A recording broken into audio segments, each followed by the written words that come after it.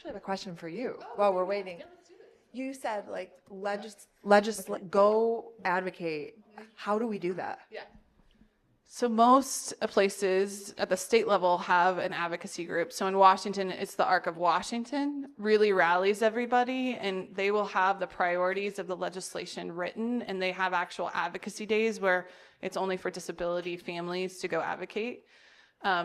The ARC at state level are usually like that, and every state might have a different kind of advocacy group, but there are, I mean, we gotta get like hundreds of people, right? We're all rare disease moms, so we have like 4 in my state, right? So it's not like the 4 of us talking about TSC is really gonna make a difference, but there are, and if you Google legislative advocacy group in your state on disability specific, there should be groups that have that. Like the Arc of Washington has this big notebook meeting where we all get together and we know the priorities, and then we align who's the best speaker per priority, right?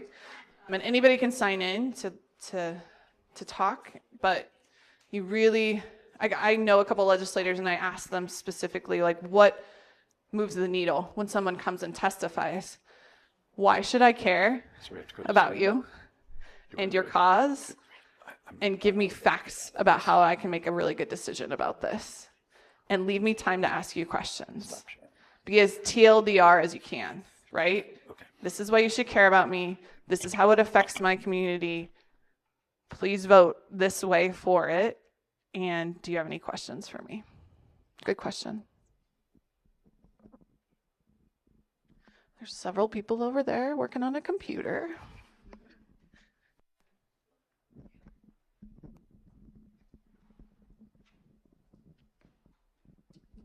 With the Medicaid potential cuts timeline, from your understanding, I'm curious, I believe it's this next year is going to be that budget cut planning for the states, and then it should hit us 2027. So I wanted to clarify that. But then also, has there been any historical situations that are similar, and do we have any understanding of what typical states are going to do in terms of the waiver services being completely separate from Medicaid? So I'm curious, you have any insights on that component? Because I know in Colorado that the waiver services qualifying for Medicaid in that regard is so significantly different. So I'm wondering if you have any insight on that. I always like to say the question back just so I get it. Has there been any historic event like this in the past is 1. 2, what's the timeline? Is there a third mystery question in there? A waiver. How is waiver separate from Medicaid specifically? Yeah, the history one's good. I haven't even dabbled down that road. So I don't have an answer of what historically if this has happened in the past. I mean, I'm 44 and my daughter's 9, so I only kind of know that world the last 9 years, but I've been in where they're trying to expand, right? I think we've been in an expansion state compared to a retraction historically, specifically for waiver. Timeline is correct. So we're talking SNAP is going to be affected very soon.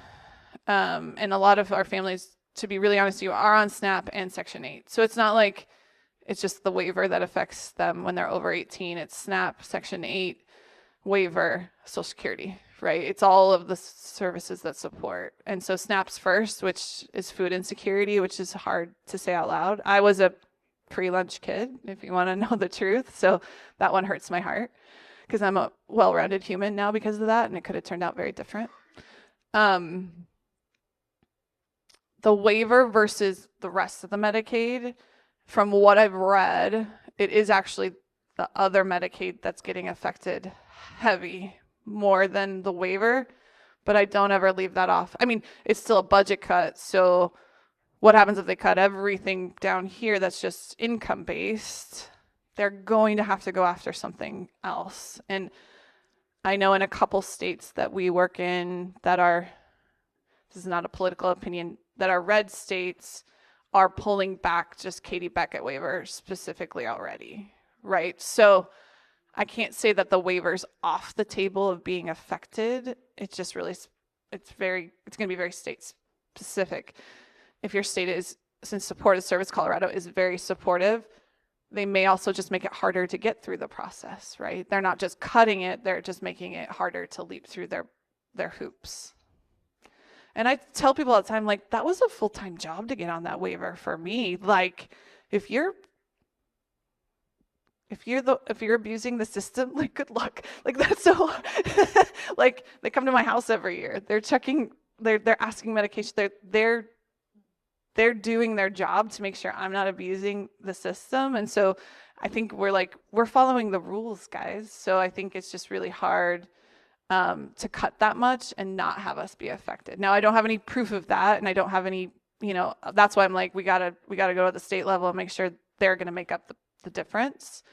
But I don't have any evidence or receipts to show for that. I'm sorry.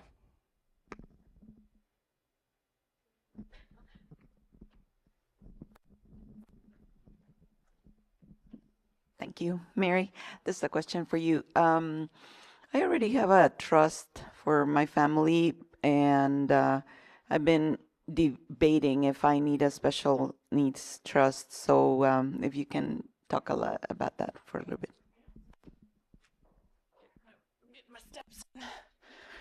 The question was, you have a trust, family trust, I'm guessing, and do you need a special needs trust? I like to at least have it in the will. So I encourage people, in your will, you could say, I need a springable upon my passing, or if you're married, me and my spouse passing, a trust needs to be created to catch the assets. That's just a easy way to catch it, because if you don't have that, right, and let's just pretend you don't have a family trust, but it splits between two kids 50-50, your child with disability will get those assets, and then they won't be Medicaid eligible. Like, that's the risk, right? It's still a $2,000. They still check on the waiver system if your child has assets, right, through those applications that we fill in. Now, California is a little higher than the rest of the states, so if you're not in California, but it's still not, it's still not full on, you can have any assets you want. Okay, so that's what you're trying to protect. I don't, like I said, unless you have other family members that are writing in a trust into their estate, I don't think you need to create a trust tomorrow just to have it standing. You can have it upon something happening to you, it needs to be created. It's just an easy catch-all in case something happens in your lifetime. Okay. I have a question for you. Okay, great. I loved the story and everything. I am an action person, so I'm like, what physical steps did you actually take when you decided you needed to reach out and get help? Like find a therapist? Or whatever, anything. Like, what were you like, okay, I know I need help now. I'm in trouble. Yeah.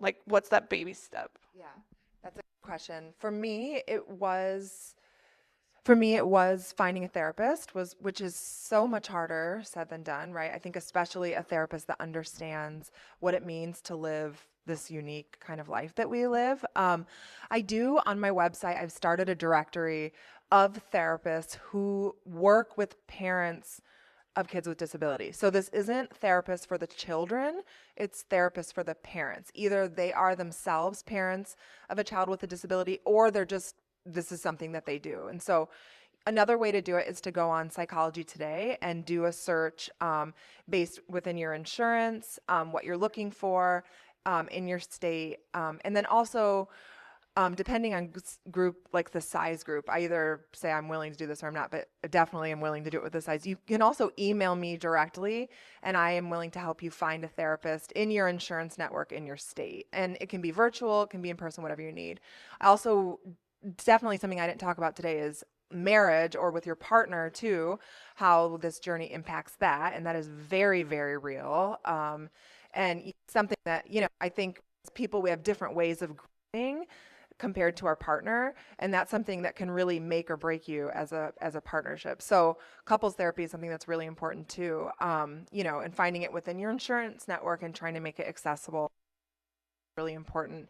But even beyond that, I think just to start with acknowledging I'm really not doing okay. You know, it's like we live in this place of struggling for so long. Sometimes it's hard to even pause to say, I'm not doing okay. And from there, paying attention to your feelings, noticing like today I'm feeling grief. Today I'm feeling really sad. And then the action step is different person to person. For some people, it might mean I need alone time.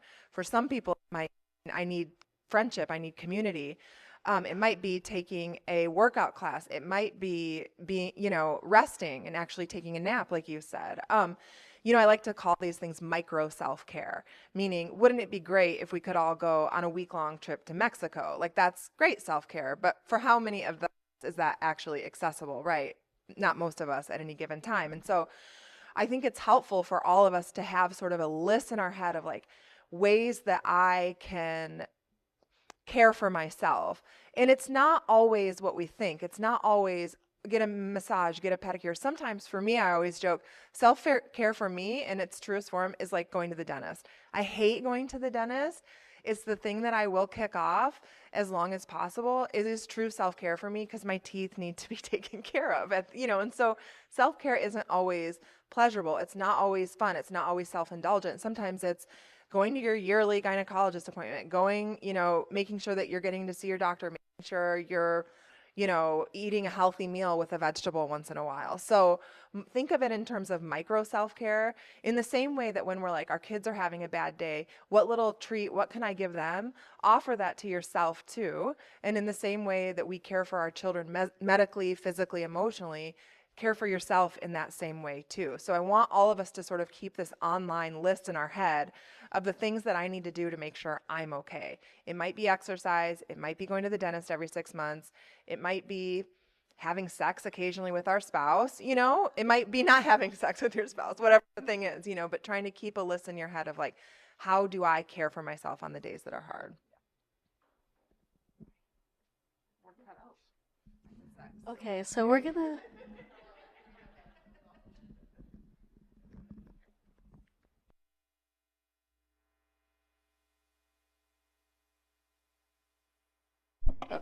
Oh yes, so we're done with the Q&A.